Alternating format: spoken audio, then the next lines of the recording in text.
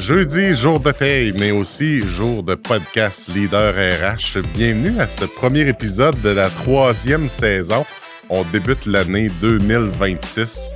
Tout excité de cette conversation que j'ai eue aujourd'hui avec Sébastien Richard, qui est vice-président papier, tissu et produits forestiers chez Domtar, anciennement produits forestiers résolus. Et aussi dans sa carrière, vous allez voir, il a toujours touché du bois. Il a commencé dans l'industrie forestière, a toujours fait partie de sa carrière. Ce qui est intéressant aussi, c'est qu'il a commencé dans relation de travail comme conseiller syndical pour un syndicat. Donc, il a fait le saut des deux côtés de la table. Donc, c'est intéressant de voir sa perspective, comment ça a changé d'être conseiller syndical puis du jour au lendemain devenir de l'autre côté de la table. Il nous parle de ça, il nous parle de la gestion multisite. On parle aussi d'intégration puis de culture, des différentes cultures, oui, avec des propriétaires différents qui ont des propriétaires entités corporatives qui viennent de différents endroits dans le monde, comment ils gèrent la culture, les relations de travail, mais aussi lorsque dans la même organisation, eux, ils ont vécu des rachats, des fusions. Donc, comment on vient harmoniser nos processus, notre culture et comment on transmet ça à l'ensemble de nos employés qui proviennent maintenant qui provenaient d'autres divisions, maintenant sont toutes sur le même chapeau. Très, très intéressant. Et il termine avec une équation E fois I égale R.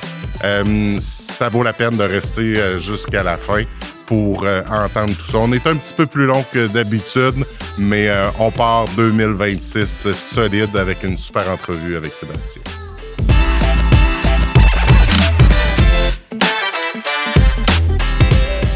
Bonjour Sébastien. Allô. Donc, Sébastien Richard, vice-président pâte et tissu, produits du bois pour Domtar maintenant. Je t'ai connu de produits forestiers résolus, puis d'autres entreprises aussi par le passé. Oui. Merci, bienvenue sur le podcast. Merci de l'invitation. Je me sens choyé de faire ça. Oui, fait que merci. Puis on va avoir l'occasion de discuter ensemble. Génial. Comment les RH sont rentrés dans ta vie? Tu te souviens-tu de... Parce que tu as étudié, tu as fait un bac en RH? Ou... Un profil particulier. OK. J'ai débuté quand j'étais plus jeune, moi, mon ambition, c'était d'aller en chiropraxie. OK. Ouais. Fait que ça, c'était ce que je souhaitais faire. Je faisais du sport de haut niveau dans ce temps-là, souvent des blessures. Chiropraticien... d'usage quasiment familial. J'en avais besoin. Quel sport tu faisais? OK, ouais. Puis, donc, ça, c'était quelque chose qui m'intéressait beaucoup. Fait que j'avais ce rêve-là. Puis, à l'époque, parce que ça trahit un petit peu mon âge, j'ai les cheveux blancs quand même, mais le cours de chiropraxie ne se donnait pas au Québec. Donc, il fallait aller aux États-Unis pour ça. Puis, j'avais en tête d'aller à Boston University. Donc, ça prend de l'argent. Fait qu'après mon secondaire, moi, j'ai pris 2 ans de break, dans le fond, d'études pour travailler, pour me ramasser de l'argent. Ensuite, j'ai fait mes sciences santé pour me préparer pour m'en aller aux États-Unis. Puis dans mon profil de cégepien de l'époque et de joueur de hockey, j'ai connu une demoiselle qui est encore ma conjointe aujourd'hui. Okay. Puis là, ça a changé un petit peu ma vie parce que pendant le cégep, elle est tombée enceinte, dans le fond. Fait qu'on était parents.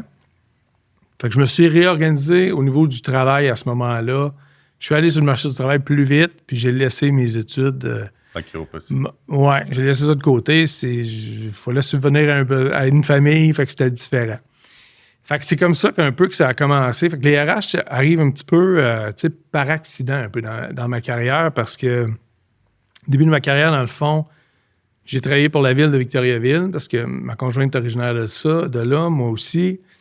Et j'ai été le premier personne civile, dans le fond, à intégrer le service de police à titre de répartiteur 911. Okay. Puis dans cette expérience-là, lors de ma probation, j'avais été connu, j'avais travaillé pour l'équipe d'entretien dans les étés, là, pendant que j'étais au cégep. Fait que j'étais connu par les employés municipaux.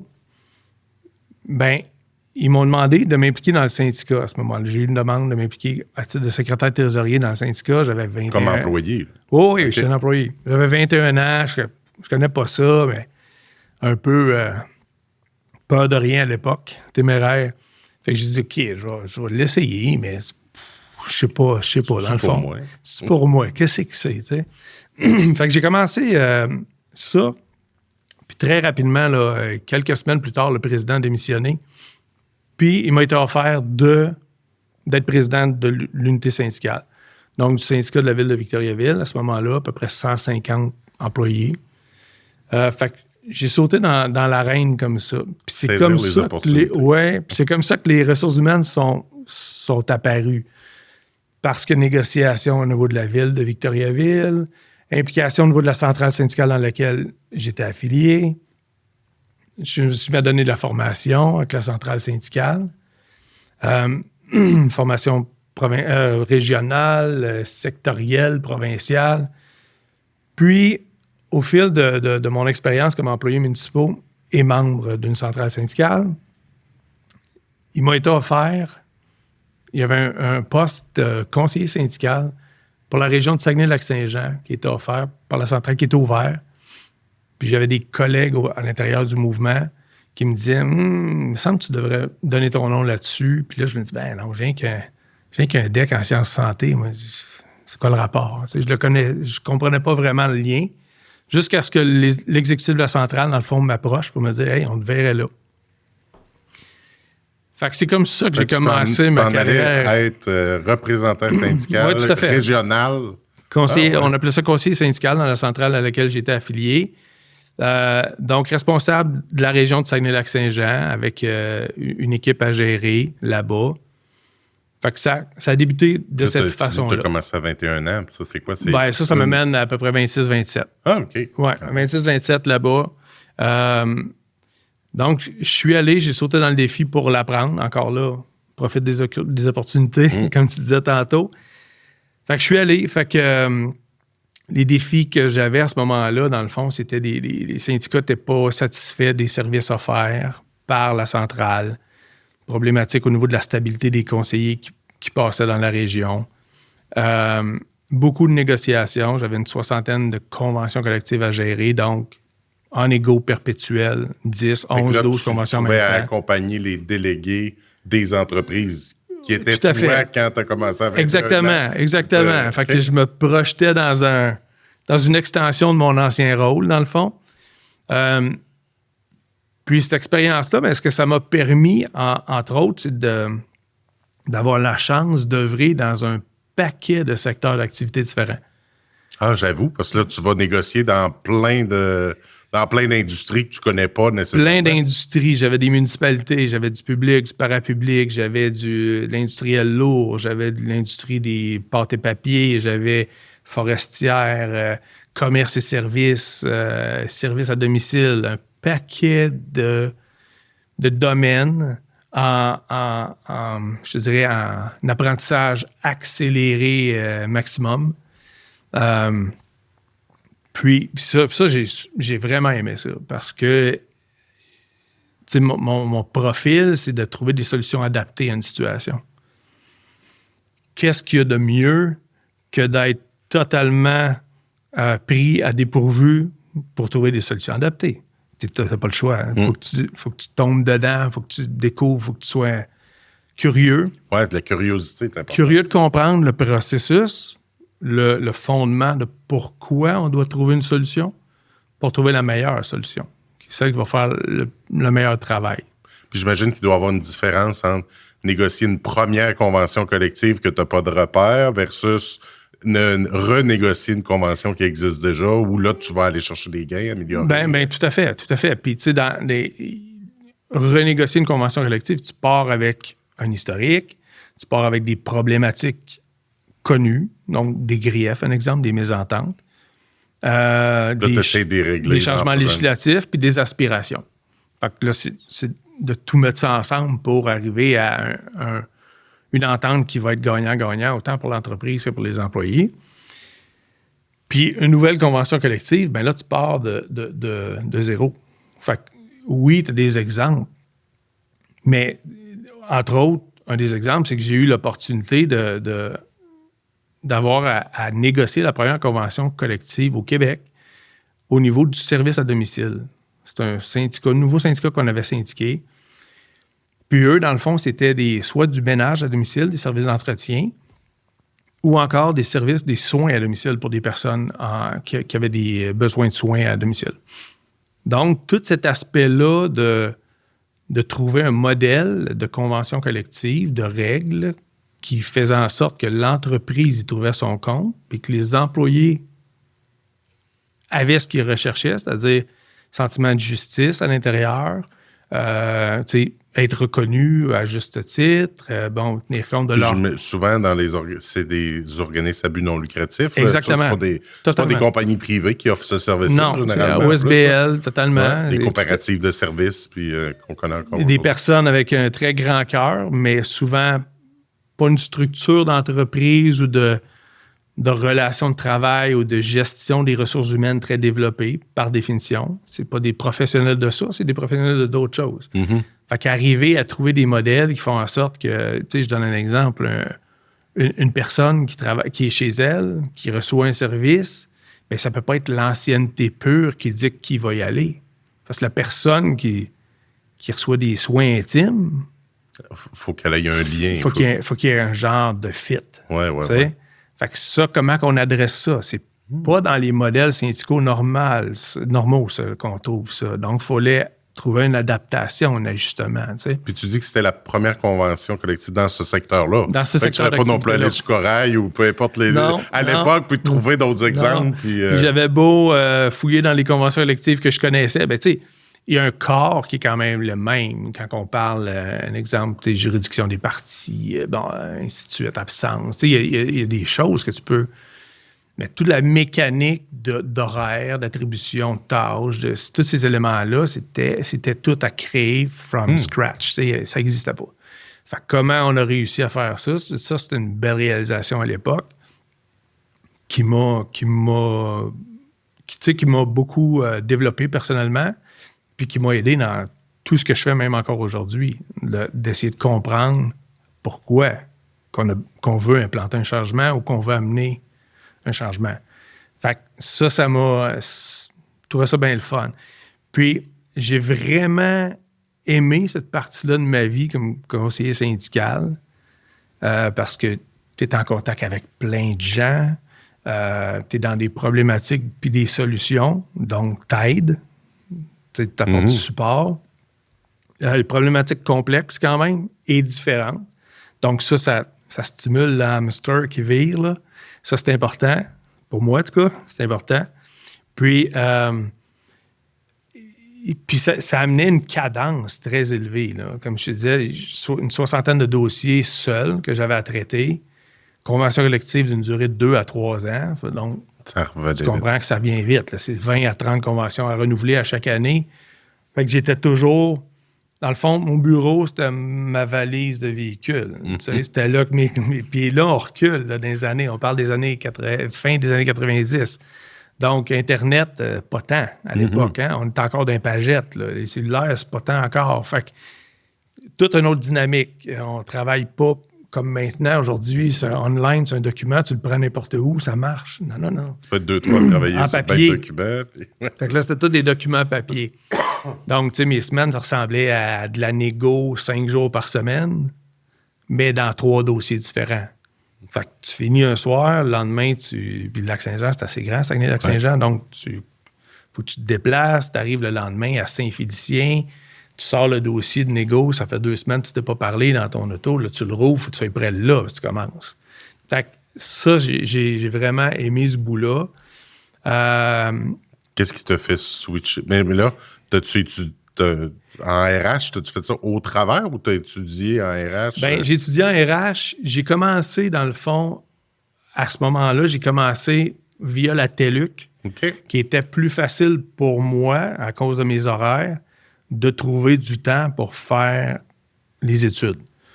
Donc, j'étais capable d'étudier à la limite à 11h30 le soir parce que je ne pouvais pas ailleurs dans la semaine. J'étais capable de moduler ça. Tu en souffrir un peu, c'est c'est pas là que j'avais mes meilleures moyennes. J'ai pas joué pendant un petit bout pendant ce temps-là. Mais c'est ça. Puis, donc, tu sais, mais la vie de conseiller syndical, à l'époque, dans ce que moi je vivais, c'est comme ça. Lundi au vendredi, tu travailles dans des dossiers ou tu plaides des dossiers. Les soirs, ben, tu es en préparation. Tu rencontres un syndicat pour préparer une prochaine négociation. Tu fais ça le soir parce que tu n'as pas le temps de jour. Les assemblées générales, ben, ça se passe de soir. Moi, j'avais du transport, j'avais des entreprises forestières. Bon, ça se fait à la fin de semaine. Donc, je travaillais 7 jours. C'était ça. Et avec ma conjointe, ben, je partais, elle n'était pas levée, j'arrivais, elle était couchée. Fait qu'on se voyait pas beaucoup. Fait qu'après une période de temps, j'ai eu comme l'activité de m'asseoir un peu comme on est là, avec ma conjointe, et elle m'a recalibré à l'ordre. Donc ça c'est été... poli. Oui, elle serait avec nous, là, puis elle dirait ça autrement, mais bon, recalibré. Puis, donc, sur l'importance, puis elle a trouvé ça difficile avec les enfants, jeunes familles, déracinés. Elle venait pas de la région. Sa famille était loin. Moi, j'avais plein de monde que je connaissais, c'était bien le fun, mais elle, non. Fait qu'il a fallu commencer à regarder d'autres alternatives à ce moment-là.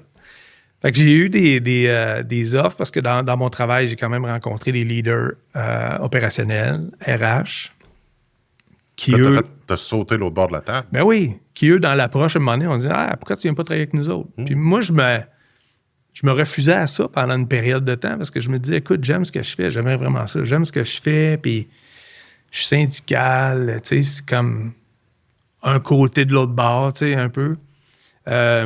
Jusqu'à ce que je me dise, dans le fond, c'est un peu le même job, tu sais. Dans le fond, tu travailles pour le bien de personne, mais plutôt que de demander le changement, je vais pouvoir l'initier. Fait que je trouvais que la perspective de dire « Ouais, je trahis pas mes valeurs.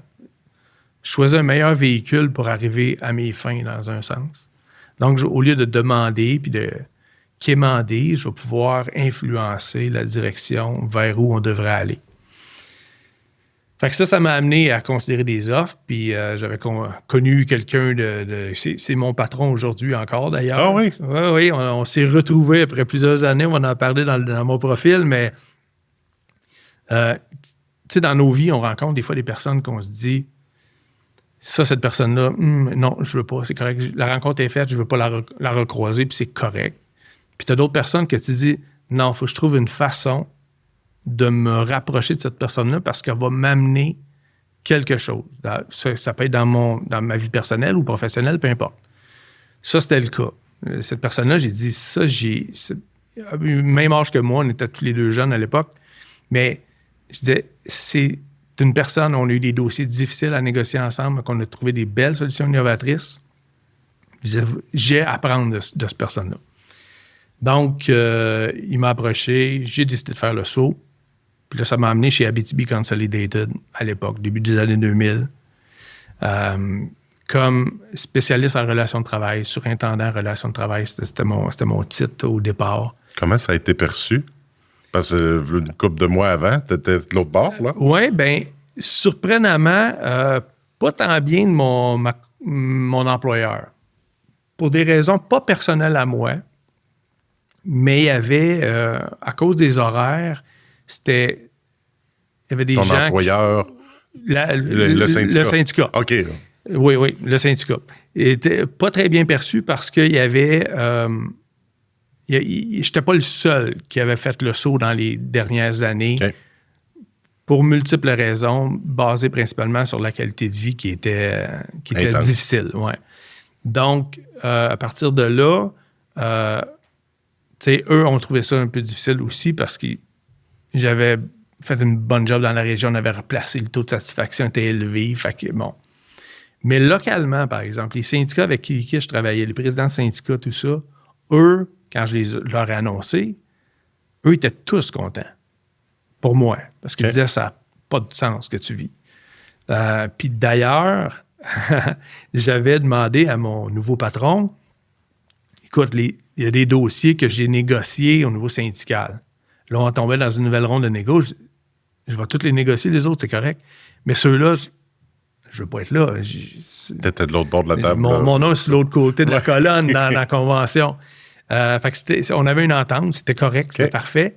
Mais les syndicats locaux ont demandé à l'entreprise que je sois quand même à la négociation à l'époque. Puis pour différentes raisons, c'est ce qui est arrivé. Donc, j'ai transféré de côté de table d'une négo à l'autre pour négocier avec les gens. Ça s'est bien passé. Il y a des conventions que tu étais de colonne de. Si on regarde la précédente, j'étais d'un côté, puis de l'autre, j'étais de l'autre bord. C'est ça. Fait que ça m'a amené dans le domaine des scieries des forêts, dans le fond. Au début des années 2000, comme surintendant des ressources humaines. Fait que là, ça a été des négociations. Oui, c'est ça. Là-bas, on avait une 60aine de négociations à faire. C'est une période d'1 an et demi. Donc, mon patron, qui a une majeure en relation de travail aussi, porte-parole, émérite. Bon, là, le but, c'était on va se trancher la tarte en deux pour être capable de survivre à cette époque-là là, qu'on avait à passer. C'est à peu près le même volume. Tu dis que j'en avais une 60aine, mais là, c'est 60 dans la même organisation. Ça doit changer la donne que de négocier 60 conventions dans 60 contextes, entreprises. Oui, je dirais la complexité, c'est une autre complexité. Quand j'étais au niveau syndical, la difficulté ou la complexité, c'était justement des domaines vraiment différents que c'est toi comme personne qui doit t'adapter au domaine. Tu négocies pas, un exemple, dans une épicerie de la même façon que tu vas négocier dans l'industrie lourde. Bon, il faut que tu t'adaptes. C'est à toi à t'adapter, c'est pas au milieu à t'adapter. Quand tu arrives au niveau patronal, la complexité où c'est différent, c'est que tu as beaucoup plus d'informations à gérer. Le plan d'affaires stratégique, il faut t'en tienne compte. Où on veut être comme compagnie dans 3 ans, 5 ans, 10 ans, tu fais partie de ces discussions-là. Donc, tu le bâtis. Au niveau syndical, tu es beaucoup plus à court terme que ça. Fait que ça, ce volet-là, la complexité, c'est là qu'elle est différente. Et quand tu négocies au niveau syndical, mais tu négocies avec la partie patronale, tu as quand même avec l'équipe syndicale à adresser des choses, se recalibrer ensemble, puis s'entendre sur la position. Quand tu arrives au niveau patronal, c'est la même chose.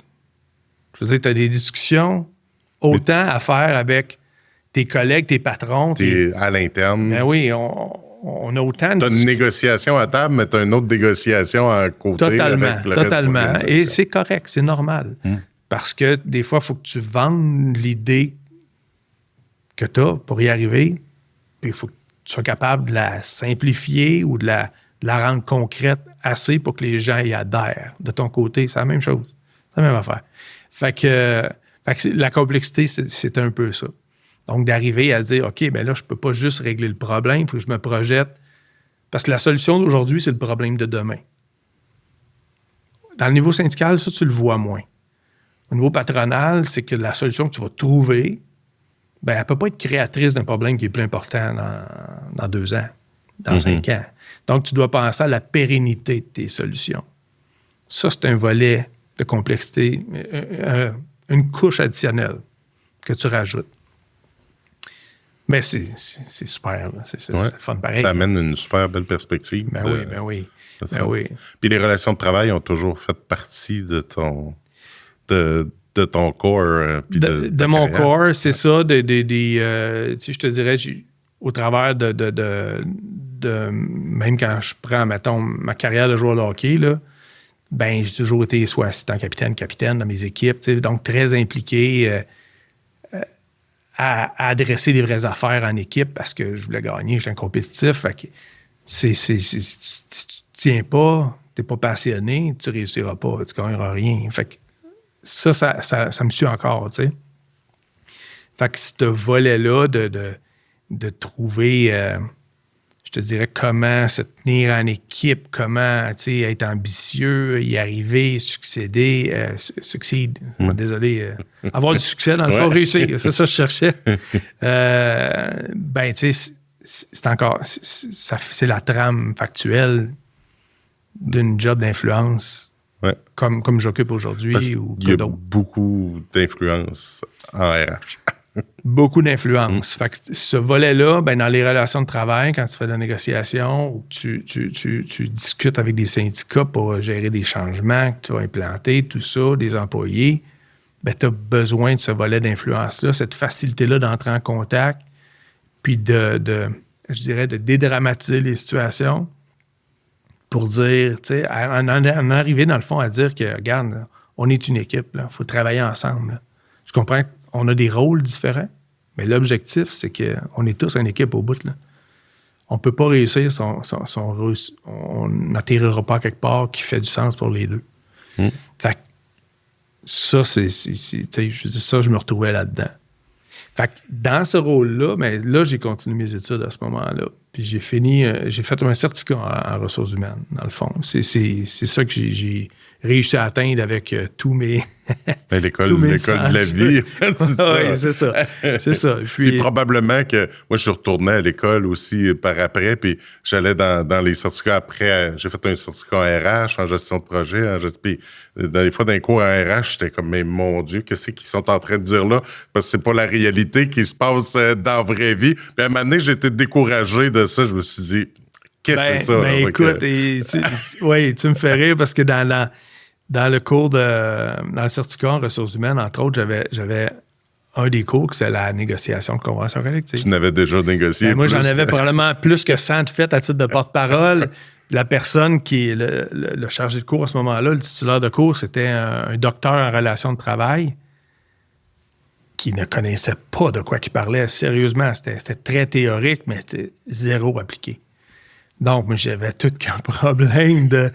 là, en même temps, je me disais, tu sais, je veux pas dévier son enseignement, tu sais, c'est pas mon rôle, là. Fait que ça, c'était pas facile. J'ai vécu la même chose dans mon cours de recrutement. Des choses qui se disaient là. C'est ça. Est-ce que je me tais? Je vais aller chercher mon papier. Ça va être exactement. Je prends quelques instants pendant l'écoute de ce podcast Leader RH pour remercier Ansia, partenaire d'affaires en recrutement, pour la collaboration à la production de ces épisodes. Ansia, c'est votre partenaire pour vous assurer que tous vos besoins en attraction, en recrutement puis en intégration de main-d'œuvre dans vos organisations soient couverts par des professionnels. Donc, merci Ansia de faire rayonner la communauté de RH et de mettre à l'avant-plan des leaders RH d'ici. Là, t'es revenu dans le coin, t'as Davy. Ben c'est ça. Au niveau. Tu sais, j'ai été chez Produits Forestiers. C'est Abitibi Consolidated à l'époque, qui est devenu Produits Forestiers Résolu. Là, désolé, je me mêle dans mes affaires, mais c'est la même compagnie. Là. Mais puis. Domtar, c'est la même compagnie. Oui. Fait que ça a été ton filon. On travaille dans le bois, là, puis veut pas, à un moment donné, je me ramène au tronc. C'est ce qu'il faut comprendre. Tronc d'arbre. Mais c'est ça, fait que j'ai fait ça 6-7 ans avec la compagnie, puis très riche en expérience au niveau de les années étaient difficiles. Donc, l'ensemble des compagnies, c'était difficile pour eux. Il y en a beaucoup qui ont fait faillite à l'époque. Il y a eu des regroupements, tout ça. Fait que on était en constante fusion d'usines, fermeture de machines, fermer une usine, transférer les employés dans une autre. Fait que ça, c'était très riche en expérience de ce côté-là. C'est super. Mais à un moment donné, j'avais le goût de travailler dans d'autres choses. Voir d'autres éléments. Puis, je suis très curieux des processus de production, de fabrication. Ça, c'est toujours été. Quand je suis arrivé dans le domaine du sillage, je voulais voir les usines, comprendre comment ça marche. Quand on discutait d'une problématique quelconque, peu importe, OK, c'est au décanteur. Ouais, je sais comment ça se je comprends. Même chose pour les opérations forestières. Puis là, à un moment donné, j'ai été approché pour aller au chantier Davy, ici à Lévis, là, pas loin. Là. Puis, comme chef des ressources humaines, là-bas. Donc, il y avait une directrice ressources humaines. Chef des ressources humaines, moi, je m'occupais de dans le fond, relations de travail, support à la santé et sécurité. Puis, on était en start-up. Pas start-up, mais reprise d'opérations massives. Fait que moi, je suis arrivé, on devait être à peu près 250 au chantier. On a monté jusqu'à... Du temps j'ai été là environ 1200 à peu près, avec l'aide d'Ansia. Puis après, moi, j'ai quitté, je vais l'expliquer, mais après ça, ça a monté à 2200 quelques-ish, à peu près le plus haut pic. Là. Fait que je suis arrivé au chantier. Je ne connaissais pas le chantier Lévis.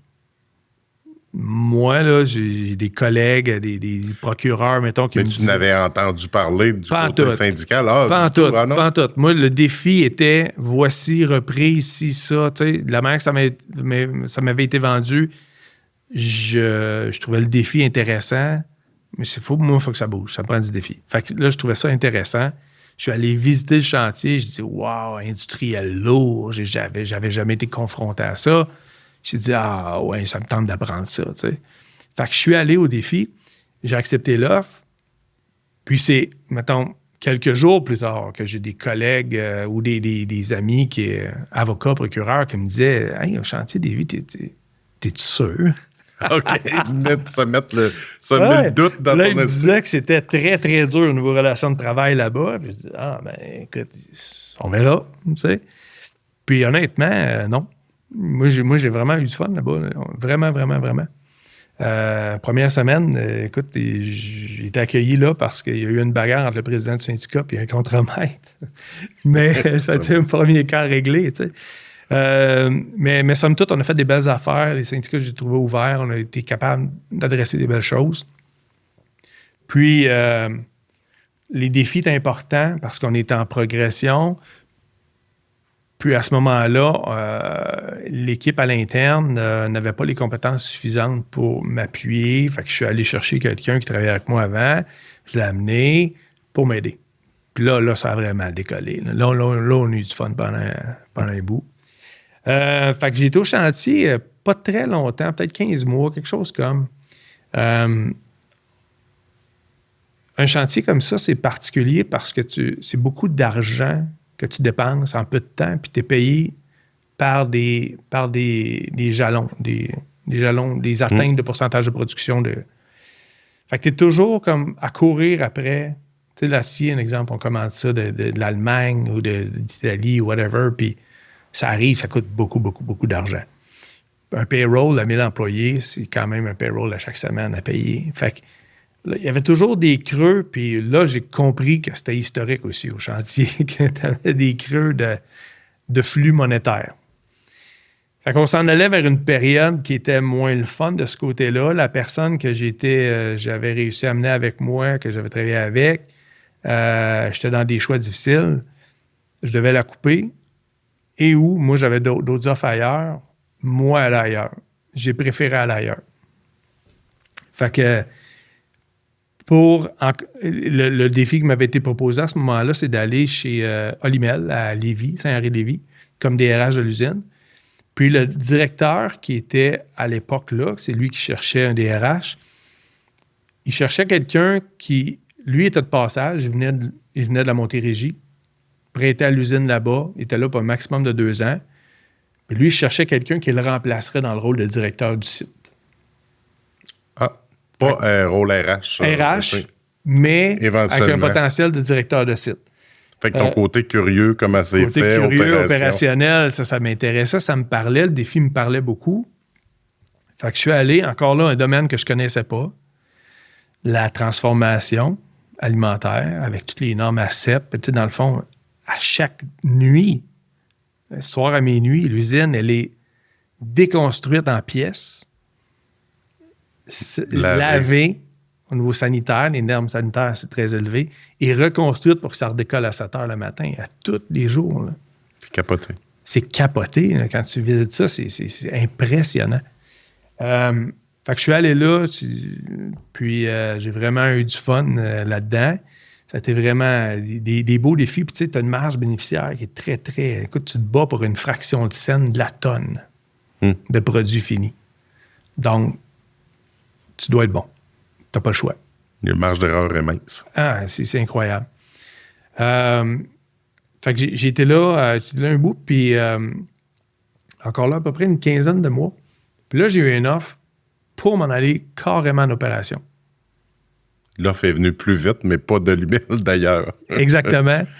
Directeur de site là-bas. Fait que pour m'en aller directement en opération pour USNR, compagnie américaine, dans le fond, qui, eux, font de la fabrication de composantes. Puis là, il y a une petite courbe ici, là, de composantes destinées à la transformation du bois. Oh, donc, des équipements de chez Résolu qu'on utilisait de chez Abitibi Consolidated, des produits USNR, entre autres, Forano, qui était la compagnie. Puis moi, c'était d'aller gérer le site opérationnel à Plessisville, au centre du Québec. Tu retourné dans la Je me ramenais au centre du Québec, content, se rapprochait de la famille, tout ça, pour aller là. Puis en même temps, moi puis ma conjointe, qu'on est encore aujourd'hui ensemble, on a eu un petit passage à vide qui coïncidait. Okay. Donc, ça faisait comme bien que je m'éloigne un peu pour une période. On s'est séparés à ce moment-là. Fait que moi, je suis allé rester là-bas comme directeur de site, une usine de 150 employés environ. Puis là, j'étais responsable du PNL, Profit and Loss. Tu changeais de grosseur d'organisation. Oui, plus petit un peu. Plus petite, mais t'étais... Mais là, j'étais en charge de tout. J'étais en charge de tout. La ligne. Fait qu'en charge ingénierie, vente, achat, fabrication, service après-vente, tout ça. Là, j'ai trippé raide. Là, quand je suis parti là-bas, mais j'ai eu beaucoup de plaisir, vraiment. On a adressé des problèmes opérationnels avec l'équipe. J'avais une bonne équipe. Manquait un petit peu de direction, puis je dirais le volet humain était un peu moins présent. C'était pas leur force, l'engagement. Fait que ça, moi, j'avais des forces là-dedans. C'était-tu aussi le premier contact avec... Parce que tu disais que c'était une entreprise américaine qui était ici. C'était-tu aussi le premier contact avec un propriétaire distant étranger? Ben non, parce qu'au chantier des Vies, regarde, on a un propriétaire norvégien. Ouais, c'est vrai. Par contre, on s'organisait pas mal localement. Là, j'avais directement mon boss qui couvrait l'Amérique du Nord. Puis le siège social était aux États-Unis, là, dans l'État de Washington. Fait que là, on tombait à un autre niveau. Là. Je suis en contact, dans le fond, directement avec la haute direction. Puis j'avais des comptes rendus au niveau de la haute direction pour le site opérationnel. Fait que ça a été... j'ai vraiment, vraiment aimé ce passage-là. Puis d'avoir l'occasion de travailler. Tu sais, moi, je marchais à l'usine tous les jours, plusieurs fois par jour, entre les meetings que j'avais, pour prendre le pouls, aller parler aux employés. Puis, quand j'allais, un exemple, sur une machine Y, X, peu importe, ben, je demandais à la personne comment ça allait. Puis moi, je l'ai discuté avec les prénoms. Je retiens pas ça. Je suis pas bon. Il faudrait que je travaille plus fort, mais je suis pas bon. Mais par contre, ce qui me compte, ça, je m'en souviens tout le temps. Fait que, qu'est-ce que leurs enfants font, là, sa femme, ou peu importe. Ses loisirs, tout ça. Fait que, tu rebaptises sa femme, mais... Ben, je parlais plus puis ta femme, comment qu'elle va. Ouais, fait que, tu sais, on est dans un concept qu'on contrôle quand même le résultat de la... Tu sais, pose pas la question que tu ne veux pas savoir la réponse. Ouais, fait que, on contrôle ça, mais... fait que j'allais discuter avec eux, un exemple, puis comment ça va? Puis ton enfant, il était malade, comment c'est? OK, parfait. Bon, puis aujourd'hui, comment ça va ton travail? Tu sais, là, je tombais sur le travail après, toujours. OK, puis comment qu'on peut faire pour moins te nuire, pour que tu sois plus performant, tu sais. Hey, j'aime ta question. Parce qu'on dit, comment je peux améliorer, tu sais, comment je peux te rendre plus efficient, ouais. Mais comment on peut moins te nuire? Oui, puis moi, c'était ma phrase de transition pour parler, puis en même temps, ben, je faisais une mesure, tu sais, une mesure du pouls organisationnel, comment ça allait. Bon, fait que là, les personnes, OK, ben, me disaient, ouais, telle affaire, t'en as-tu parlé à ton superviseur? Oui, OK, parfait. Je vais m'assurer qu'il va te revenir. Tu sais, fait qu'on en jasait. Fait que ça, c'était bien le fun pour ça. Fait qu'en opération, vraiment, au niveau moi, je pensais jamais revenir en ressources humaines. Sérieux, j'avais du fun, là. Ouais. C'est incroyable. Puis, je voyais vraiment le résultat de ce qu'on faisait. Parce que là, t'avais toutes les layers. Avec des équipes, avec, tu sais, je te dirais, gérer des ressources humaines, c'est un défi. Gérer plusieurs différents secteurs, c'est un autre défi. Parce que tu n'atteins pas les gens de la même façon, l'objectif n'est pas le même pour chacun. L'objectif global, oui, parce qu'on se rattache tout à l'objectif pour l'usine ou le site opérationnel qu'on gère, mais c'est un défi. Gérer les ingénieurs, c'est un autre monde. Faut que tu amènes ça dans un langage commun. tu te fais pas comprendre en concept conceptuel. C'est pas dans le conceptuel, tu es plus dans le pratique avec eux parce qu'il faut que tu leur parles comme ils vont le comprendre. Et c'est correct, normal. Mais c'est ça. Fait que des bons défis là-dedans qui ont été le fun. Puis au travers de ça, je me suis fait surprendre pour deux choses. Premièrement, moi et mon ex, on est revenu plus ex. Ah. Fait que là, moi, je demeurais à Victoriaville. Elle a demeuré encore ici à Lévis. Là, c'était plus compliqué. Ouais. Puis, j'ai été approché à ce moment-là par Prévost pour aller chez Prévost. Juste après la crise, là, je suis allé chez Prévost en 2012, je dirais, là, juste après la crise, qui est la grosse crise financière, ouais, où leur carnet de commandes a carrément tombé puis ont réduit énormément le nombre d'employés. Donc, à la reprise. Fait que j'ai été approché là-bas. Il y avait un nouveau VPRH qui venait d'arriver dans la boîte. Lui, il avait besoin de quelqu'un fort en relation de travail parce que les relations de travail étaient vraiment pas bonnes. Redressement à ce niveau-là, une grosse convention à négocier qui s'en venait dans 6 mois avec, tu sais, c'est une usine quand même de 1000 employés. Fait qu'un gros défi de ce côté-là. Puis aussi, il y avait le défi de bâtir ce qu'on a appelé Volvo Buses North America. Donc, Volvo Bus Nord-Amérique. Donc, ça, c'était le regroupement de Volvo, de Prévost Car, parce que Prévost appartient à Volvo, et de Nova Bus aussi, qui appartient également à Volvo. D'en créer une entité unique. Pour faciliter, quand on va parler à un client, un exemple, c'est Volvo Bus qui parle, donc tu parles de l'ensemble des marques. Au lieu d'avoir 3 personnes qui vont aller voir le même client. Mm-hmm. Fait que ça, c'était de créer ça. Le défi était là. Fait qu'un défi important en termes d'intégration, de design de structure, puis un défi important aussi au niveau de relations de travail. Fait que malgré que je m'étais dit que je ne retournerais pas à ressources humaines, le défi, je t'ai dit tantôt, moi, c'est le défi, que le défi qui me drive dans la vie. Là, j'ai dit, non, ça va être difficile. Peut-être de quoi faire là. Peut-être avoir du fun. Fait que j'ai décidé de sauter dans l'aventure. Fait que je suis retourné en ressources humaines là, au début 2012 à peu près. Là, je ne sais plus quand, mais en 2012, il me semble. Fait que négociation, relations de travail. Oui, j'étais en charge des relations de travail à l'époque. C'était l'intégration avec les autres. Les autres usines, c'est ça. Puis dans la structure de Volvo, c'est une structure qui est... tu as des compagnies à l'intérieur, puis tu as des unités d'affaires. Donc, tu as Volvo, le groupe Volvo, puis à l'intérieur, tu as différentes unités d'affaires. Volvo Trucks, Volvo Buses, Volvo Penta, il y en a plusieurs. Puis au travers de ça, tu as des subdivisions, des régions ou des compagnies.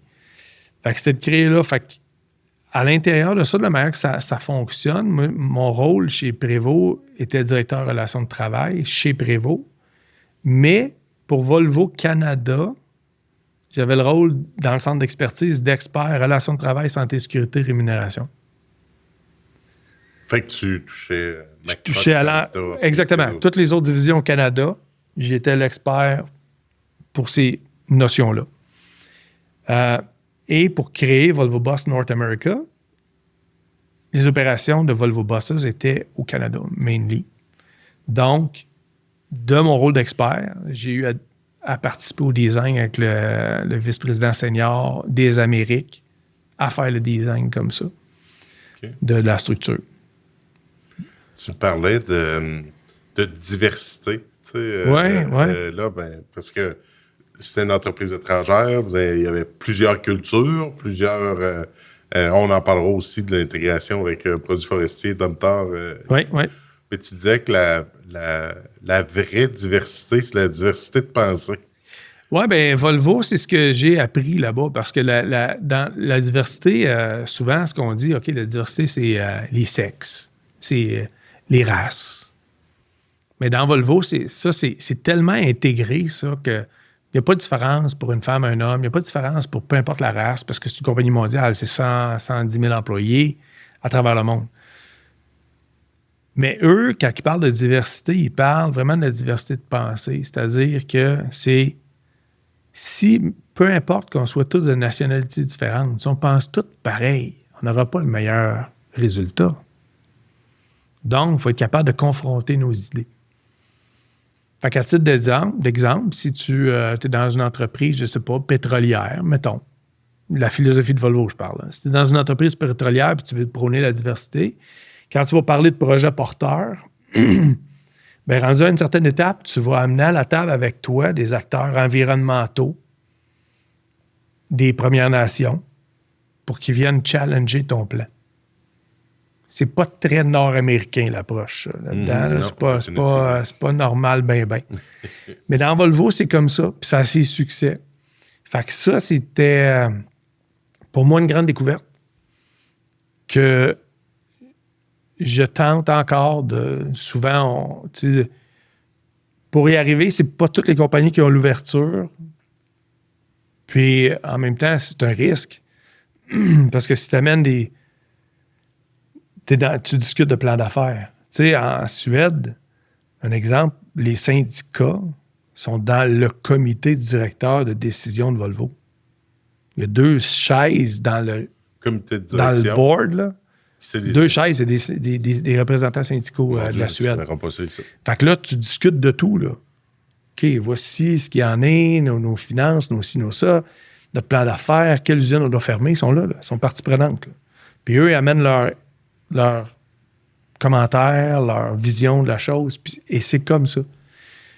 Dans les entreprises nord-américaines, c'est pas de même que ça fonctionne, puis il y a comme un risque de ça. Puis il y a une maturité peut-être qu'on n'a pas à titre de tous les intervenants là, qu'on pourrait réunir pour arriver à ça.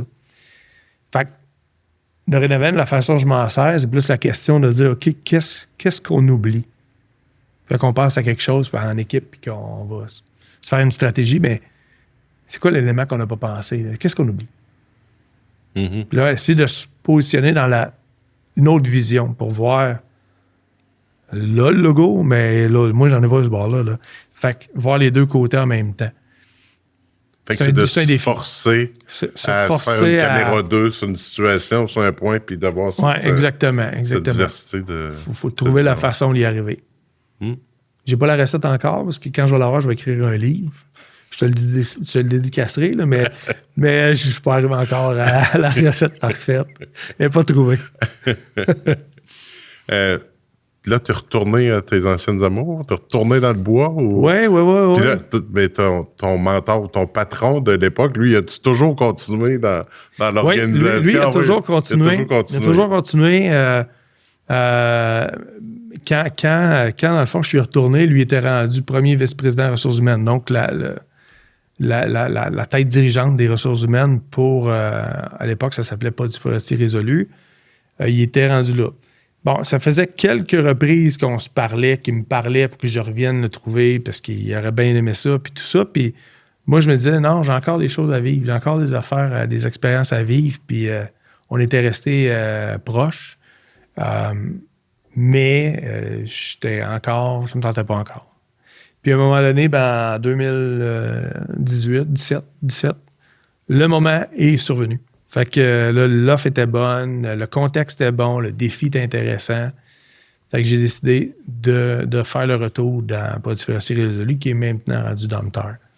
Puis c'était l'unité, c'était bois à l'époque? À l'époque, la façon que ça marchait, parce que Produits Forestiers Résolu, on avait, dans le fond, c'était une compagnie qui était intégrée. On avait des opérations forestières, des scieries, des forêts. On avait aussi des usines de pâte, des usines de papier, de tissu. Fait que moi, j'étais l'ensemble de ces fonctions-là pour les opérations canadiennes. J'étais responsable RH pour ce volet-là, l'ensemble des opérations canadiennes. Fait que ça, j'ai fait ça. J'ai intégré les opérations américaines une couple d'années avant qu'on soit acheté là, par le groupe Dompteur. Puis là, tu passais 5000 employés? Oui, à l'époque, moi, j'étais à peu près ça, 4500 employés que j'étais responsable de. Multisites? Oui, multisites, une 60aine de sites opérationnels en Amérique du Nord que j'étais en charge. C'est quoi le quotidien d'un VP RH t'as VP RH de 100, 200 personnes, VP RH d'une business de 5000 ou de 15 000. Qu'est-ce qui change? Ben, tu sais, ce qui change, ben, c'est que tu vas avoir, mettons, 60 fois l'autre rôle à gérer en responsabilité, tu sais, parce que dans chacune de mes usines, j'ai des gens RH, tu sais, j'ai un lead RH, là, j'ai quelqu'un qui lead ça, là. Fait que lui, sa réalité, c'est un peu ce que je vivais dans d'autres vies. Maintenant, ben moi, c'est l'alignement stratégique de l'ensemble de ces usines-là, en lien avec le plan stratégique des vice-présidents seniors en opération. Fait que ça, c'est je relève des RH, M. Poitier est très serré, là, tellement qu'il ne faut pas que tu l'étires beaucoup pour. Il ne faut pas que tu le shrink un peu, que ça devient plein, là, avec toutes les personnes opérationnelles. Donc, eux ont des ambitions, la compagnie a une vision stratégique, eux ont des ambitions, puis moi, ben, mon rôle, c'est de m'assurer que leur ambition, on va être capable de trouver les stratégies au niveau des employés, puis des programmes RH qui vont faire en sorte qu'on va atteindre l'ambition dans le moment souhaité, ou plus rapide, mais dans le fond, permettre à l'organisation d'atteindre ses ambitions, puis que ce ne soit pas la fonction RH qui soit un frein à l'atteinte. Fait que c'est de s'assurer qu'on a des plans stratégiques, un exemple pour tout ce qui est embauche. OK, c'est quoi notre statut au niveau des embauches? On s'en va vers où?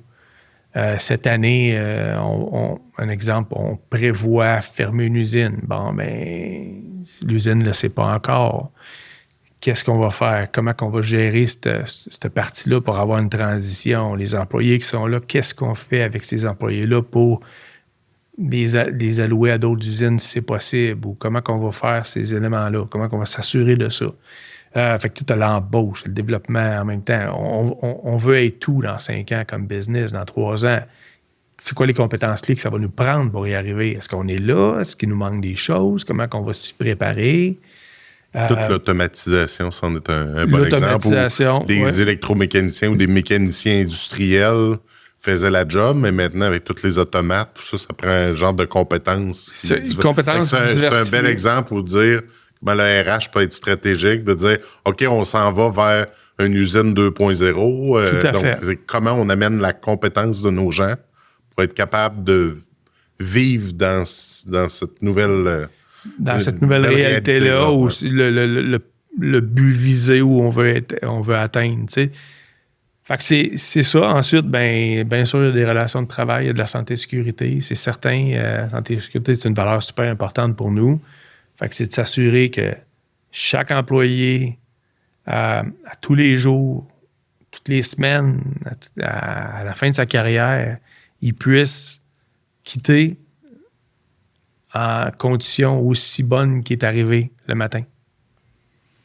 Parce qu'il y a des loisirs, parce qu'il y a une vie, parce qu'il y a des personnes qui l'aiment, tu sais.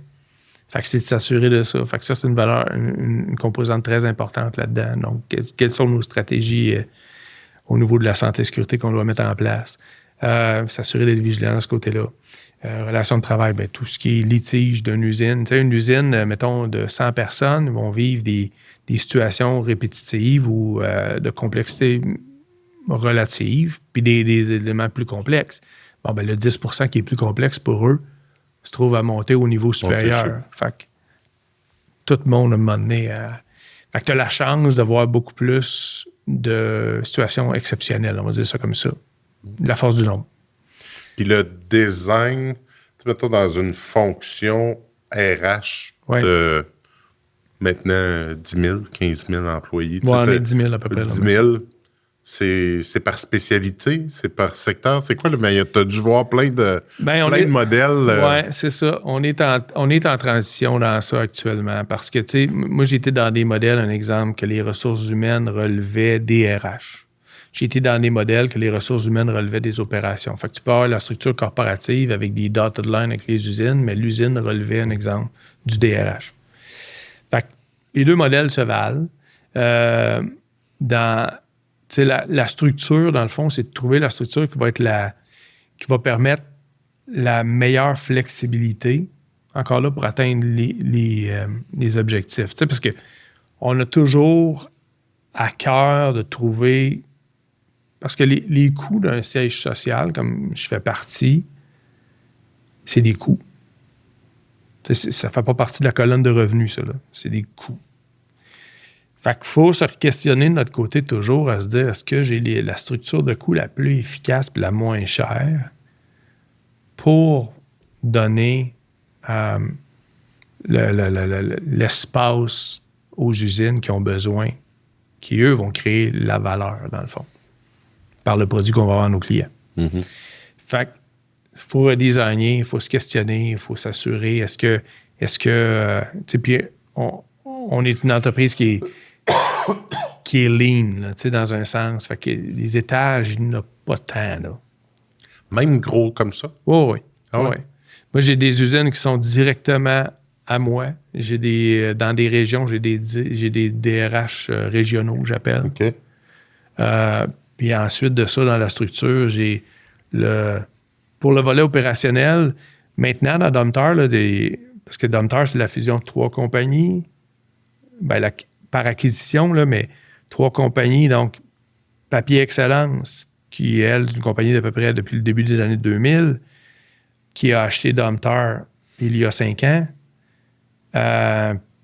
Puis après ça, on a acheté Résolu il y a 3 ans, mais bientôt 3 ans. Paper Excellence, 25 ans à peu près. Domtar, ça a à peu près 198 ans d'existence. Résolu, ça a 202 ans d'existence. Fait que là, tu mets tout ça ensemble dans des structures, puis de la façon que ça a été designé quand on a fait la nouvelle structure organisationnelle. On a fait ça par segment d'affaires, dans des unités d'affaires, vraiment. Fait que tu as une unité d'affaires qui est produit du bois, tu en as une autre pâte et tissu, tu en as une autre papier et emballage. Puis ensuite, tu as des services partagés par fonction.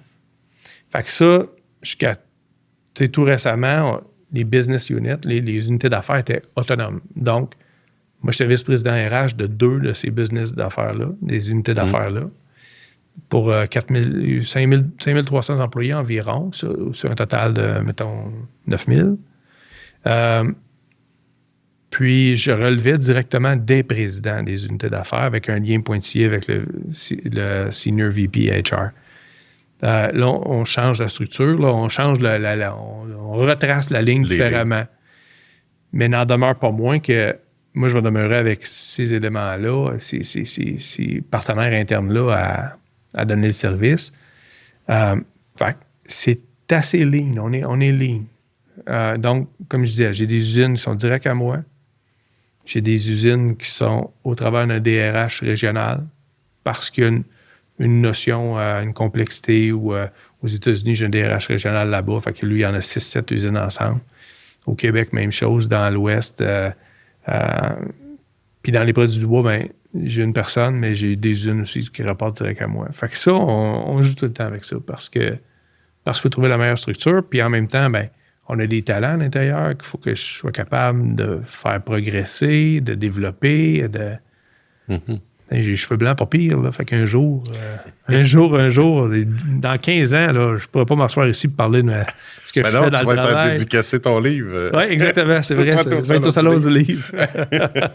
mais c'est ça. Fait que je te dirais, tu sais, il y a une structure grosse comme ça, ben ce que tu vas tenter de faire aussi en termes de programme RH, tu as l'opportunité, parce que tu as du talent à l'intérieur interne, tu vas aller un petit peu plus loin dans l'ensemble des concepts, dans les outils qu'on utilise, des programmes RH qu'on utilise. Fait que, tu sais, la revue des talents, par exemple, ben, on va faire ça un petit peu plus profond pour s'assurer qu'on va calibrer à l'intérieur de l'ensemble de l'organisation. Une cote, j'excède les attentes, ben il faut que ça veuille dire la même affaire, peu importe où. Fait que, tu sais, ça va nous permettre d'aller un petit peu plus creux dans certains de ces principes-là. Puis aussi culturellement, parce que là, c'est 3 compagnies qui se... Oui, ça, c'est tout un défi, là. Moi, je me souviens quand on avait travaillé avec Résolu en recrutement une couple d'années pour le lac, ça m'avait impressionné la collégialité. Puis on était dans des actions, on avait fait un Kaizen pour le recrutement. Ça, j'étais sorti de là, puis j'étais là, mon Dieu, qui ont du fun ici. Tu sais, que c'était vraiment une culture extraordinaire. Là. Tu sais, j'arrivais avec mes idées préconçues. Moi-même, mon Dieu, c'est austère, secteur du bois. Puis, au contraire, on a pas mal. Mais... la passion des acteurs à l'intérieur. Tu sais, la forêt, là, les forestiers, un exemple, ceux qui travaillent dans les opérations forestières, c'est des tripeux de la nature, là. Tu sais, fait que souvent, on n'a pas bonne presse comme industrie. Mais les gens ne savent pas à quel point notre équipe de forestiers à l'interne, là, eux, c'est la ressource, là, comment c'est important pour eux, là. Tu sais, puis une entreprise, je disais, Domtar ou Résolu, 200 ans d'existence, là, ben l'arbre a poussé plus qu'une fois, là. Tu sais, fait que t'as pas le choix d'avoir une vision qu'il faut que tu reviennes, là. Fait que tu détruiras pas la ressource parce que tu en as besoin. Ton plan d'affaires est beaucoup plus long qu'à court terme. Tu sais, fait qu'on parle de centenaire, là. Fait que tu as une vision vraiment de développement perpétuel à l'intérieur de ça, puis de t'assurer que la précieuse ressource que tu as, parce que, tu sais, on prend un arbre qui est rond, comme lui, mettons, là. Un arbre qui est rond. On ne sortira pas grade 2 par 4. Non. Puis à l'intérieur de ça, ben écoute, on a à produire un produit qui est carré, rectangle. Déjà là, au niveau géométrique, il y a des défis, là.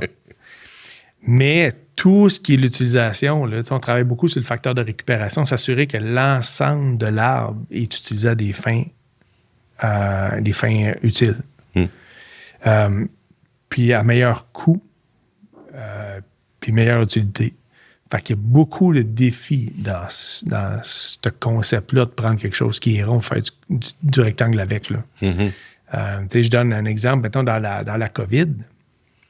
Quand on a eu la COVID, j'ai été en charge, moi, du comité de vigilance. Donc, je répondais au management board, au comité, à l'exécutif de la compagnie de Résolu. J'étais pas seul, j'avais une équipe avec moi, là, puis j'avais un collègue en santé et sécurité qui a une chance qui était là, parce qu'on n'aurait pas survécu à ça. Mais le point était que nous, on n'a jamais arrêté dans la COVID. Jamais, là. Puis quand tu te demandes qu'ils ont refait le patio aussi après. Non, mais oui, t'as raison. T'as raison, mais la raison parce qu'on était prévu pour arrêter. Comme toutes les entreprises, c'est quand il y a eu le shutdown là, de l'ensemble. Là, ben nous, la raison pourquoi on n'a pas arrêté, c'est à cause que la pâte qu'on utilise, la pâte qui est produite, ben la pâte, on avait besoin dans le papier de toilette, on avait besoin dans les masques qu'on portait, dans les couches pour les bébés ou les adultes. Tu sais, plein de composantes essentielles que les gens avaient besoin qui provenaient du produit de la pâte.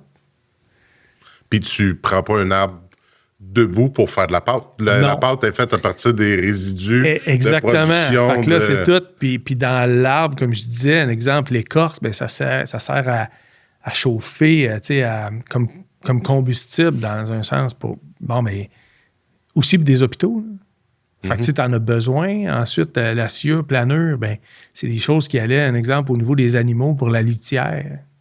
Mais on a continué à manger dans la COVID. On n'a pas le choix. Hein? Fait que tout ça, c'était essentiel. Fait qu'on devait récolter l'arbre en forêt puis le processer pour que tout le monde puisse avoir ce qu'il avait besoin comme essentiel dans leur vie quotidienne. Là, qu'on n'a jamais arrêté. Fait que le défi est important parce que les dernières personnes, il n'y a pas de vivantes là, qui ont vécu une crise similaire. Là, ça faisait 100 ans et plus. Fait que le benchmark, là, c'était pas fort. Il n'y en avait pas beaucoup là, dans la vie. Là. Même si ça faisait 202 ans, la compagnie, le monde n'était plus là. La grippe espagnole, là, on s'en souvenait plus pantoute. Là. Mais tu sais, il a fallu tout créer des procédures de travail sécuritaires. Parce que ce qu'on voulait, c'est que c'était des... On avait besoin d'opérer, nous, pour fournir à la population ce qu'il avait besoin. Mais là, c'est toutes les règles sanitaires. Fait que, tu sais... il y avait la messe là, avec Legault là, tous les jours, le premier ministre Legault là, qui venait dire c'est quoi les nouvelles règles qui s'appliquaient. Mais là, OK, c'est le fun, là, mais là, demain, on n'a pas comment. Là. Fait que là, on tombait dans la rédaction de procédures, dans la validation des procédures, on faisait approuver ça, puis on le déployait, puis là, c'était toujours pour demain. Fait qu'on a dû développer tous les procédures sécuritaires de tâches pour être capable de travailler, puis pas que la contamination n'est pas à l'intérieur de nos murs, tu sais. Ça a été difficile pour des entreprises de 20 employés, j'imagine. 4 oui, ben oui. Puis faire perculer ça dans toute l'organisation. Puis à l'époque, là, de façon contemporaine, on ne pouvait pas se revirer vers la CNESST et leur dire qu'est-ce que vous avez comme outil, parce qu'il n'existait pas. Fait qu'on a tous dû les créer. Puis, tu sais, il y a des employés qui à l'époque, faisaient des plaintes en disant « Hey, je pourrais être à risque, tu sais, puis pourquoi j'irais travailler? Je pourrais être chez nous puis avoir la PCU, un exemple. » Puis, ben, c'est parce que oui, tu as besoin, parce que toute la population a besoin de toi, tu sais. Fait que faut que tu viennes. Mais là, la CNESST venait enquêter nos processus pour s'assurer qu'on respectait l'ensemble des éléments qui étaient faits. Puis jamais qu'ils nous disaient... C'était pas correct. Ben non, c'était tout parfait. Puis quand l'industrie a commencé à reprendre, ben la CNESST nous a appelés dans des régions pour dire « Hey, vos procédures, pourriez-vous les partager, qu'on puisse aider les autres? » Ben oui. Ben oui, on va le faire. Il n'y a pas de copyright là-dessus, tu sais. Puis si on exclut le volet COVID où tu as eu à développer des nouvelles procédures, dans quelle portion, quand tu arrives dans une business de la grosseur que vous avez, plusieurs unités d'affaires, tu crées des nouvelles procédures, des nouveaux outils, des nouvelles méthodes versus travailler sur l'existant, améliorer l'existant? Parce que chacun, mettons, une politique de développement de compétences, il y en avait une dans Excellence, il y en avait une dans PFR, il y en avait une dans Docteur, laquelle qu'on garde, comment on met ça, on met ça à la poubelle, on crée à nouveau. Quelle mesure on part du neuf ou qu'on part de l'existant? Ou... Ben, dans une création d'un changement de culture, comme on est encore dedans, là, même s'il s'est amorcé depuis 3 ans pratiquement, là, on a lancé nos nouvelles missions, vision, valeurs, notre nouvelle image de marque, ça fait 1 an maintenant. Là. Donc, on a gardé l'appellation Domtar, qui était la meilleure appellation commerciale après les études internes qu'on a faites puis externes. Mais la mission de l'entreprise est demeurée quand même sensiblement pareille que les 3 compagnies mères là, ou fondatrices, mais les valeurs, c'est pas les mêmes. Les compétences clés de nos leaders, c'est pas les mêmes. On a tout changé ça. Fait qu'on est encore dans la gestion de changement de ça. T'sais. Puis le volet d'harmonisation de process, de procédures ou de politique ou de programme, ben on n'a pas fini encore, même si ça fait 3 ans. Là. Parce que, tu sais, on commence par les plus urgents. Un exemple, la structure salariale. Bon. OK, ça. Après ça, les composantes salariales, un exemple, le boni, incitatif long terme, ces éléments-là. Mais ajuster ça, là, on passe par des études benchmark externes. On s'assure qu'est-ce qui est au marché parce qu'on ne peut pas tout niveler ça vers le haut. Il faut aller qu'est-ce qui est compétitif. On peut. Puis t'es régional, fait que les conditions ici, et au les lac, régionales. En Saskatchewan, c'est pas les mêmes. Colombie-Britannique, aux États-Unis, tu sais, bon, fait qu'il y a un travail qui est important là, qui a été fait par l'équipe. Mais un coup que la politique est écrite, elle n'est quand même pas implantée. Là, il faut l'implanter. Puis là, on vit la gestion de changement. Parce qu'à tous les coups, il y a des gagnants et des perdants. Fait que là, c'est là que ça se passe, ce travail qui est plus compliqué. Fait qu'on est encore là-dedans. Puis c'est humain. Tu sais, une gestion de changement, quand on veut changer quelque chose d'important dans une business, on parle de 2-3 ans, faire une bonne gestion de changement. Si on veut changer quelque chose de fondamental, on va parler de 3 à 5. Mais là, on parle de changer de quoi de fondamental de 3 compagnies différentes qui ont de l'histoire. En 200 ans, il s'en est implanté la culture. Ouais. C'est long. Parce que tu n'as pas perduré 200 ans dans le temps en étant juste pas bon. Mais quand tu dis à ton collègue, si je te dis, toi, qu'on a tous les deux un bon score au fil des années, ça fait longtemps, je te dis, regarde, tu devrais changer ce que tu fais. Premier réflexe, tu vas te demander, oui, mais explique-moi pourquoi. Parce que ce que je fais, ça a du succès. Pourquoi c'est pas toi qui change? Donc là, si tu essaies d'être entre les deux, trouver un milieu, ben c'est les 2 groupes qui disent pourquoi. Fait que c'est pas évident. C'est complexe. Fait qu'on a encore aujourd'hui des gens qui embrassent le changement, qui veulent en faire partie puis qui travaillent en fonction de ça. Puis on a encore des gens qui par crainte ou par nostalgie, aimaient ce qu'ils faisaient avant puis ils résistent encore un peu. Fait que, ça, on n'a pas terminé cette transition-là. On est très positif, là, mais on n'a pas terminé encore. C'est un bon défi. Honnêtement, c'est un très bon défi. On est presque rendu à la fin. Je prends 10 secondes de votre temps pour remercier encore une fois notre partenaire Ansia pour la réalisation de ce podcast Leader RH puis de mettre en lumière des leaders d'ici. C'est plus difficile par la grosseur des organisations, la répartition géographique, le type d'industrie? As-tu des... la grosseur et le type d'industrie, la répartition géographique, je te dirais. L'industrie, c'est tel que tel. Parce que c'est toutes des industries qui proviennent de la même souche. Fait que, tu sais, dans un exemple, tu dis, dans le papier, nous, on n'est pas de même. Ouais, mais... OK, mais le papier de l'autre aussi. Fait que, tu sais, je veux dire... T'avais un papier dans exactement. Ton... Fait que, tu sais, ça, c'est pas ça, mais c'est vraiment...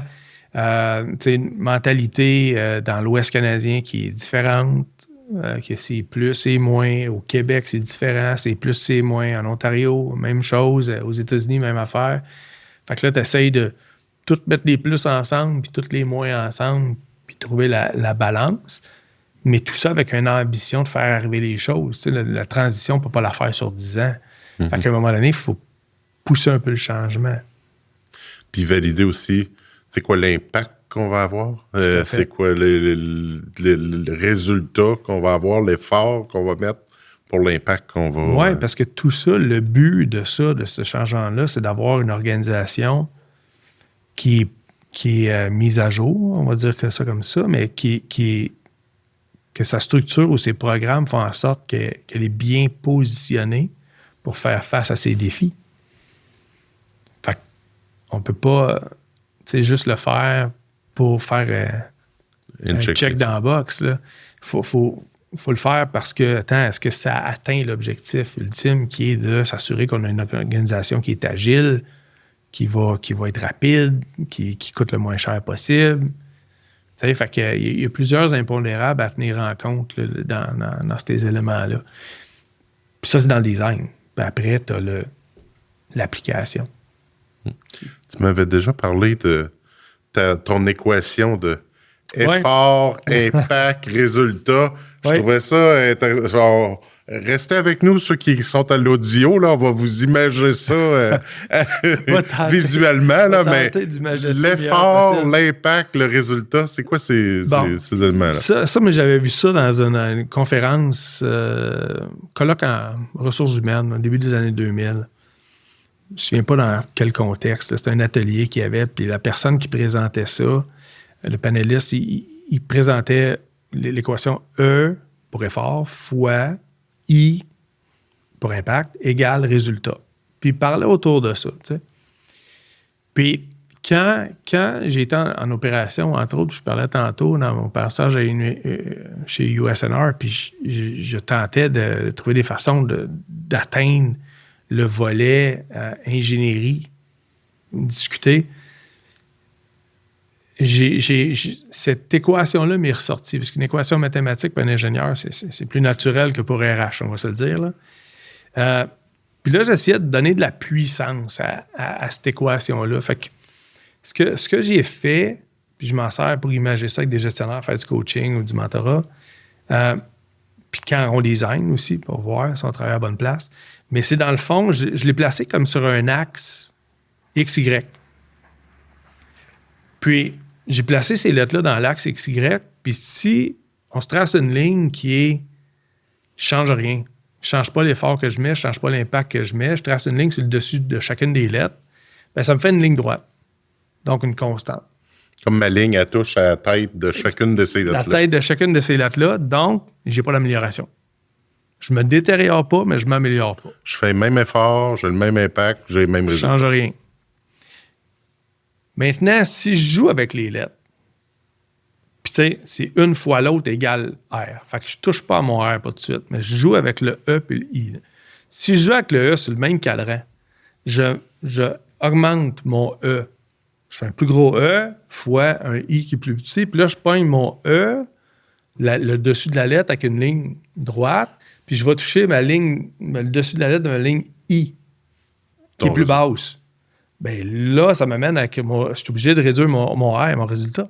Fait que ça m'amène avec une détérioration. Un effet de levier, de balancier. Exactement. Puis pourquoi qu'on se détériore? Fait que tu fais plus d'efforts pour le même impact. Oui. Nécessairement, ton résultat va descendre. Puis pourquoi? L'essoufflement. Tout le monde travaille fort. Fait que si je rajoute juste de l'effort, puis j'ai pas un meilleur impact, le monde va s'essouffler. Ils seront plus capables d'y arriver. Ils verront pas pourquoi qu'ils le font. Qu'est-ce que le résultat probant? Découragement, manque d'engagement. Mon résultat va descendre. Court, moyen terme, ça va arriver. C'est le quand, là, que je suis pas capable de mettre la date dessus, mais ça va arriver parce que c'est une tendance. À l'inverse, si je bouge pas mon E, puis je grossis mon I, puis je fais le même exercice, je trace une ligne entre le dessus de la lettre E et le dessus de la lettre I, bien là, j'ai une courbe qui augmente. Pourquoi? C'est parce que là, je deviens opportuniste. Ça veut dire que dans le même effort, j'ai beaucoup plus d'impact. Donc, j'améliore mon résultat à court moyen terme.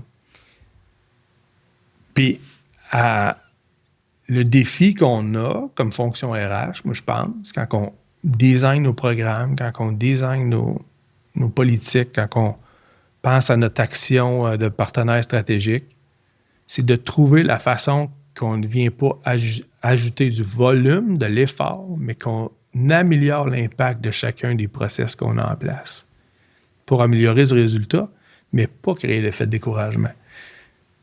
Donc, il faut être opportuniste.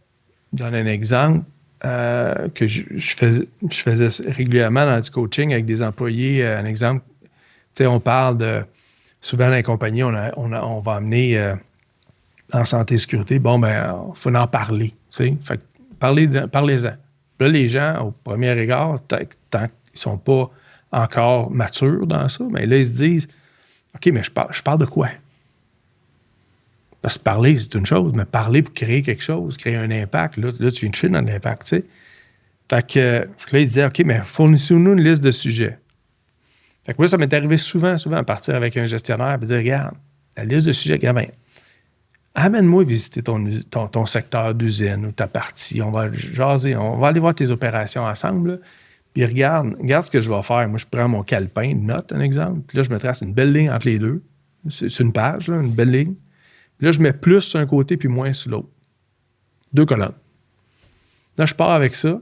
J'ai ça sur moi. Puis là, je dis, OK, viens me parler de ton usine. Viens me parler de ton secteur. Puis là, on se promène. Puis là, je pose des questions, un exemple. Ah, Michel, regarde, telle chose ici. Ce qu'on voit là, c'est-tu correct, ça? C'est-tu conforme? C'est-tu... Ah oui, ce que Marcel est en train de faire là, c'est parfait. Ah, OK, pourquoi? OK, parfait. Mais moi, je mets ça dans le plus. Fait que je promène, on met ça dans le plus. On arrive ailleurs, hop, propriété bonne ordre, il y a une hausse qui traîne à terre, peu importe, une corde d'extension qui traîne. Ça, Marcel, c'est-tu dans nos standards? Non, ça devrait être ramassé. OK, mais je mets ça dans le moins. Puis là, on continue à tourner. Puis en posant des questions par rapport à ce qui me montre, moi, je pose des questions, puis je cote ça.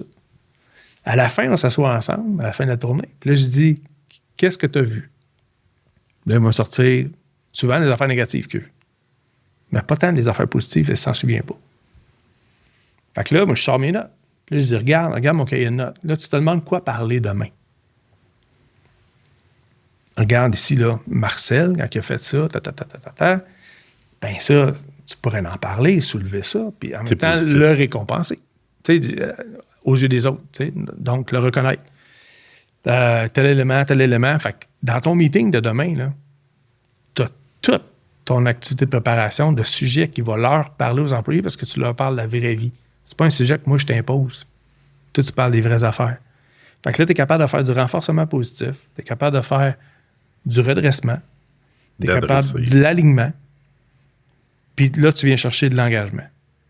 C'est ce que je parle quand je dis être opportuniste. Fait que d'une simple tournée d'usine que tu fais pareil. Fait que son effort reste la même chose. L'effort il a fait pareil, est la même affaire, mais là, tu viens de chercher de l'impact à côté.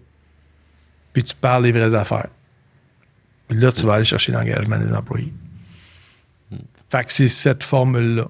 Encore là, mon livre n'est pas fini là-dessus. Mais je travaille.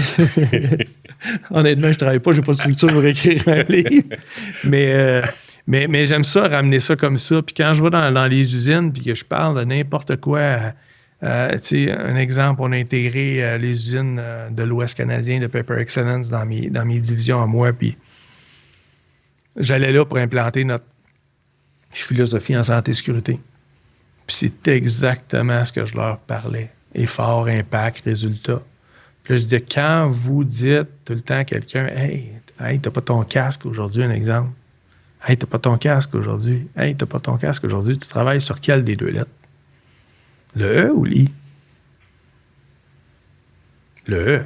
Parce que tu y répètes toujours. C'est ça. Pendant que tu y parles de ça, est-ce que tu es en train d'y parler d'un élément stratégique, comportemental en santé et sécurité? Ou tu es en train d'y parler d'une règle qui doit juste suivre? Ça n'a pas le même poids, là. Fait que tu ne développes pas un humain qui va avoir les bons réflexes. Tu développes quelqu'un... Tu passes trop d'énergie. Le principe d'un policier qui donne un ticket de vitesse, tu sais. Tu ne développes pas le comportement fondamental.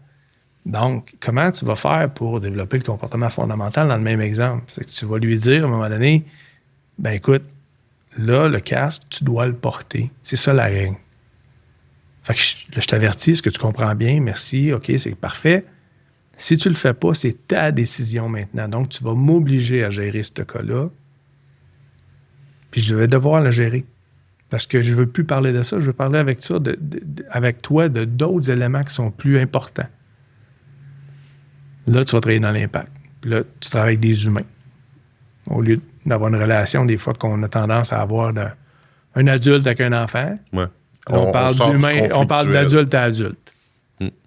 Fait qu'on est dans un domaine qui est beaucoup plus enrichissant en termes de relations, enrichissant en termes d'engagement. Tu sais, chaque employé qui existe au Québec, dans le monde, ils ont tous un potentiel non exploité. Comment on va le chercher? C'est ça la clé. Parce que dans une compétition, dans n'importe quel domaine industriel, moi je suis dans le domaine des pâtes-papier, opérations forestières, mais tu sais, une scierie, là, mettons, des fabricants j'ai travaillé pour un fabricant d'équipements dans le passé, mais peu importe lequel, ils offrent tous des équipements, puis tu sais quoi, là, ils vont le vendre à n'importe qui au même prix. Fait que donc, c'est accessible. Je suis la compagnie A de la compagnie B, on peut avoir les mêmes équipements exactement. Comment je fais pour compétitionner avec toi pour avoir les meilleurs résultats? C'est en allant chercher le capital humain, leur potentiel. Puis en développant le potentiel de chacun. C'est là que ça se passe. Fait que, tu sais, dans nos stratégies, on a quelque chose qu'on travaille actuellement à se dire, puis on l'a ramené encore là de façon la plus simple possible que je suis capable de la ramener, moi, quand je l'explique. C'est de dire, regarde, l'engagement, si je m'assure que 100% des gens, à toutes les tâches qu'ils font, comprennent pourquoi ils font cette tâche-là. C'est quoi l'impact de ce résultat-là qui est dans le processus global ou dans leur travail? C'est quoi la mesure, leur performance par rapport à l'attente? Tu sais, qu'est-ce qui est attendu, mais qu'est-ce que tu livres comme résultat? C'est un autre élément. Qu'on comprend qu'il y a un écart, un exemple. Bien, l'employé peut travailler à redresser l'écart. Mais ensuite, c'est comment, comme employé, tu peux contribuer de façon supérieure au succès. Ton succès comme employé, le succès de ton équipe ou du département ou de l'usine.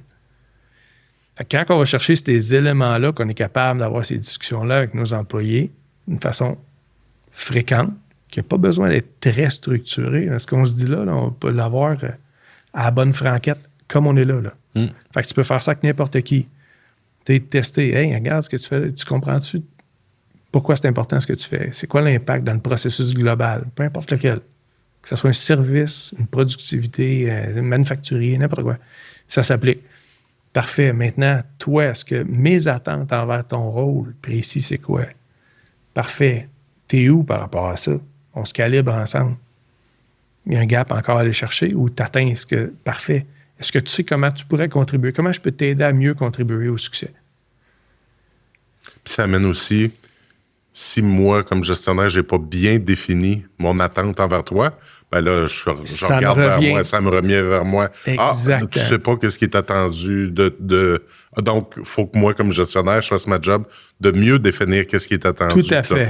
Fait que ce que j'aime de cette approche-là, c'est bidirectionnel.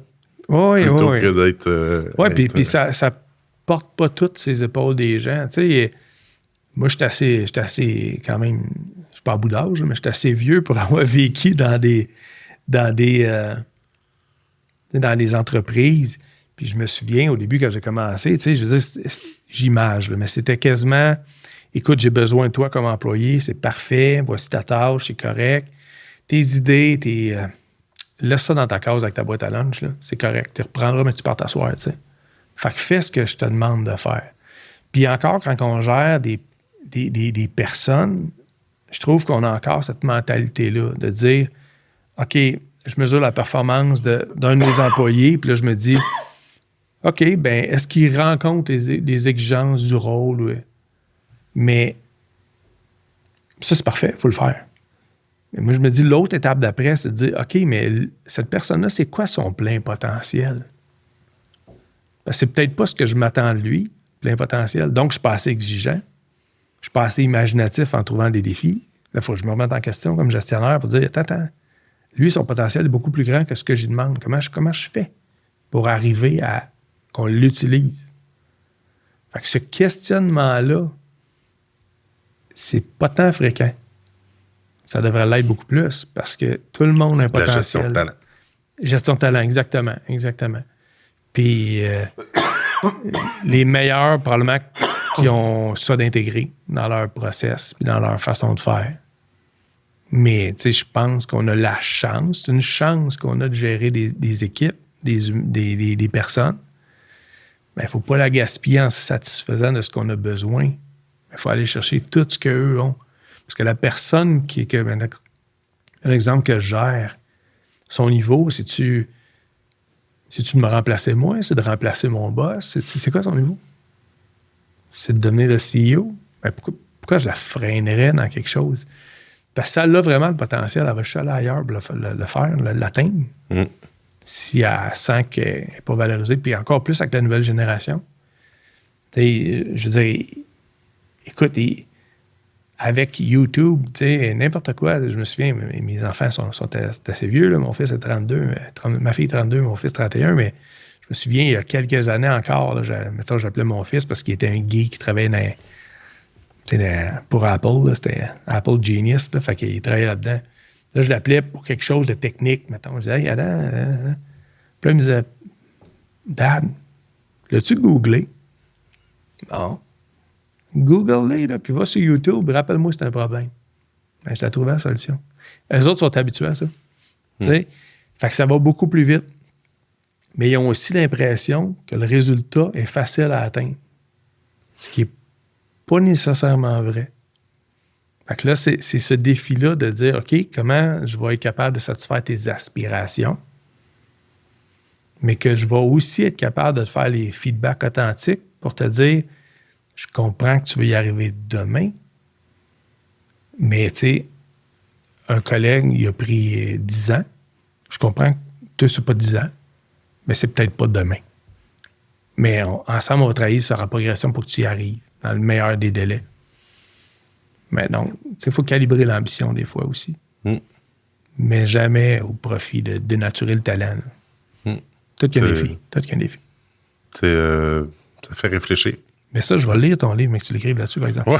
Fait que là, à part de trouver un auteur qui va écrire ton livre, c'est qu'est-ce qui t'attend dans les prochains temps? Là, le bureau à Montréal, t'as des bureaux un peu partout, t'es dans la région d'ici. Oui. Ma résidence principale est à Beaumont, ici, proche de la région. Mon bureau était au centre-ville de Montréal. Donc, par choix, mes enfants sont dans la région ici. Là, fait qu'on est revenu proche des enfants. Là, ma conjointe trouvait ça important, les petits-enfants, tout ça, c'est correct. C'est merveilleux. Fait que, Écoute, les défis dans l'entreprise sont importants. Ouais. Encore, on n'en manque pas. Manquer de défis, faut vraiment que je me cogne puis je tombe amnésique, là, sérieux, là, ça se pourrait pas, là. Fait qu'il y en a. À la limite, pour retourner dans les opérations, prendre une usine ici. Puis, ouais, mais je suis moins. Je te dirais, je suis moins. Tu sais, à la base, les usines dans l'industrie dans laquelle je suis sont dans les régions. Parce qu'à la blague, je dis ça, mettons, au siège social, je dis, il n'y a pas beaucoup d'usines qui vivraient longtemps avec le parc La Fontaine comme approvisionnement en fibre. fait que tu sais, ça se peut pas, là. Fait que c'est des régions, puis j'ai quand même donné dans ma carrière, là, je suis un peu bien là, dans le coin, là, puis dans ma situation de ce côté-là, là, ces déplacements. Fait que les défis sont là, sont importants. Moi, tant que les défis sont le fun, on travaille trop fort pour pas avoir de fun. Ça en prend. Tant que les défis sont là, moi, j'ai t'appelais. Bonheur. Hey, je vais nous faire atterrir doucement avec notre petit jeu de cartes d'accueil intégration. Ça, c'est pas comme au poker, non? Hein? Non. Okay. Mais t'as le droit de bluffer. OK. Je vais regarder si... Je t'ai te dire, au poker, je suis pas bon pour tout. Ah, OK. Bon, ben, tu vas dire la vérité. Question à ce moment-là. Petite question de notre personnel. OK, Jean-Pierre Jeune, là? Ouais. OK. Vie personnelle. Je veux te faire plaisir et t'offrir 2 billets de spectacle. Tu irais voir qui ou quoi et avec qui? T'as dit que t'étais un musicien? Oui, tout à fait, oui. Oui, un petit peu en pause là, à cause du temps, mais c'est dans mes projets de reprendre la musique. Un livre, un album. Oui, plus album, j'en ai. Là, j'ai déjà des chansons sur Spotify et ces affaires-là, mais il va en avoir d'autres un jour. Billets de spectacle. Écoute, je suis assez niché, mais moi, c'est des auteurs-compositeurs que j'aime bien dans le folk, parce que c'est ça que j'écris. Puis j'irais vers Jeffrey Foucault. Ah. C'est un artiste folk que je tripe dessus bien raide. Parce que il me semble que je serais capable de composer ça un jour, peut-être. Mais, ouais, Jeffrey Foucault. Mais il vient jamais au Canada. Fait que c'est à quelque part des moines, peut-être en Iowa, quelque chose comme, là. Puis, si tu veux venir, je t'invite, là. On aurait du fun, là, c'est ça. Ben, en tout cas, on va le rajouter dans le show note, dans les notes de votre page pour découvrir cet artiste-là. Yes. Merci infiniment, Sébastien. Merci beaucoup, Michel. On n'a pas vu le temps passer, mais j'ai adoré ma conversation. Beaucoup d'insights puis de trucs très, très pertinents. Ben, merci à toi. Merci pour ce que tu fais, ta passion là-dedans. Puis je trouve ça le fun. Je les écoute, les podcasts que tu fais, puis je trouve ça vraiment intéressant. J'aurais pas eu le courage de me lancer là-dedans personnellement. Fait que je te remercie. Je pense que c'était un besoin. Puis tu sais, les podcasts, ce qui est le fun, c'est que tu écoutes ça n'importe quand. Là. Tu peux faire... Moi, je fais de l'auto un peu, là. Fait que, un peu. Je suis capable de me downloader ça et écouter ça en m'en allant au bureau. T'as écouté Eric, Kathleen. Oui, j'ai écouté Eric, Kathleen. Vous avez eu des parcours qui sont... oui, j'ai eu la chance de travailler avec eux dans le passé. Oui, tout à fait. Merci encore. Infiniment. Yes.